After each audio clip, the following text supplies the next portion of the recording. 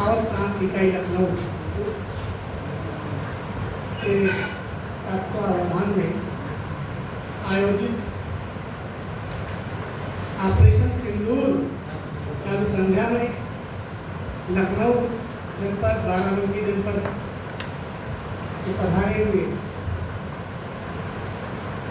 कवि कवि बहने कवित्री बहने एवं राष्ट्रीय कवि संगम के समस्त पदाधिकारी कार्यकर्ता सभी लोगों का हार्दिक स्वागत करने में वंदन करता हूँ।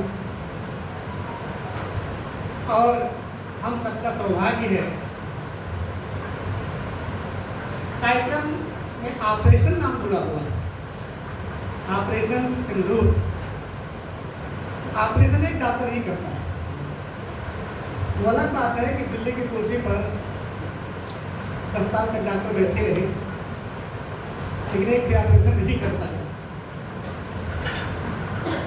लेकिन ऑपरेशन करने का काम डॉक्टर करते हैं, इसलिए आज के कार्यक्रम के मुख्य अतिथि के रूप में ट्रामा सेंटर के अधीक्षक अग्रवाल जी हमारे बीच में उपस्थित हैं।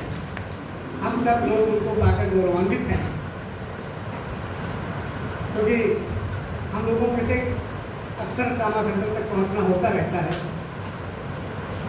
और हम दूसरे लोगों को नहीं जानते, लेकिन हम इतना जरूर जानते हैं कि हमारा कोई वहाँ परिचित नहीं था तो उनको कमलेश जी से कहलाना पड़ता। अब नहीं कहलाना पड़ेगा, क्योंकि आज हमको डॉक्टर रवि जी मिल गए हैं, हम सबको मिल गए हैं।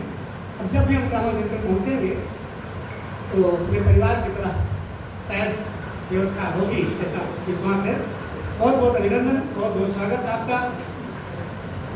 राष्ट्रीय कवि संगम यहाँ से लेकर वहाँ तक जितने भी लोग बैठे हुए हैं, लखनऊ जनपद के सभी वरिष्ठ कवि हैं जो हिंदुस्तान के बड़े बड़े मंचों पर कविताएं पढ़ रहे हैं, चाहे उसमें डॉक्टर श्यामल मजूमदार जी हो, चाहे डॉक्टर अमरीश शंकर जी हो, वीरमा ओम जी हो।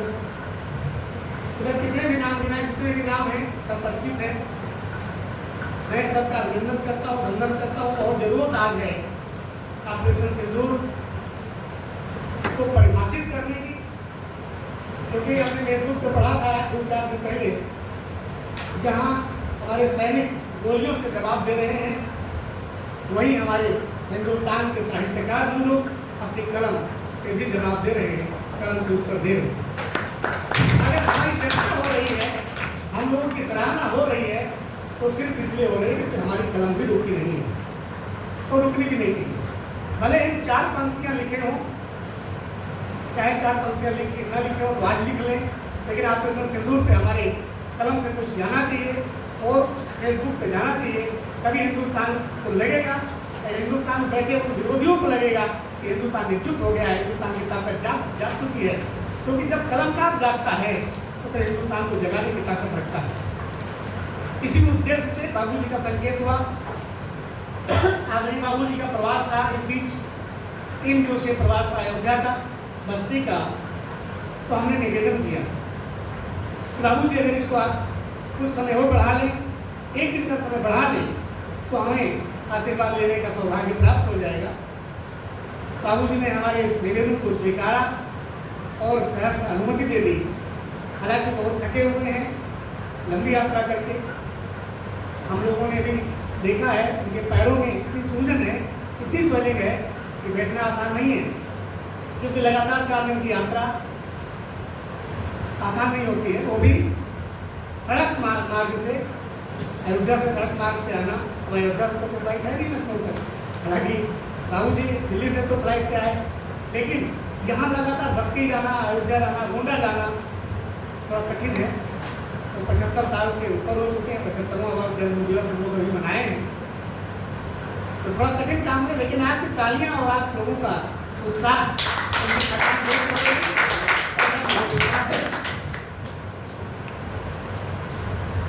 बाबू जी ने और एक आदेश दिया था कि उनको आज लखनऊ के ही सैनिक अस्पताल में किसी की भेंट करनी है, किसी वार्ता करनी है, और उनको उन्होंने समय दे रखा है शाम को 7 बजे का। और आप सब लोग जानते हैं, हम सब लोग जानते हैं, यहाँ से जाने में सैनिक अस्पताल पहुँचने में आधे घंटे से ज़्यादा समय लगेगा। तो इस गोष्ठी को हम बहुत शीघ्रता से निपटाएंगे। बाबू जी का आशीर्वाद लेना है। बाबू जी का मन था कि जो तमाम लोग ऐसे हैं, जैसे हम हैं, अशोक गणपति हैं, तमाम लोग ऐसे हैं जिनको बाबू जी ने कई बार सुना है, लेकिन कुछ लोग ऐसे भी हैं जिनको भी बाबू जी ने नहीं सुना है। और बाबू जी के सुनने का मतलब है कि उनका अगला जो कार्यक्रम होता है दिल्ली का 10 तक युवा पीढ़ी, उसके लिए चयन करते रहते हैं पूरे वर्ष भर।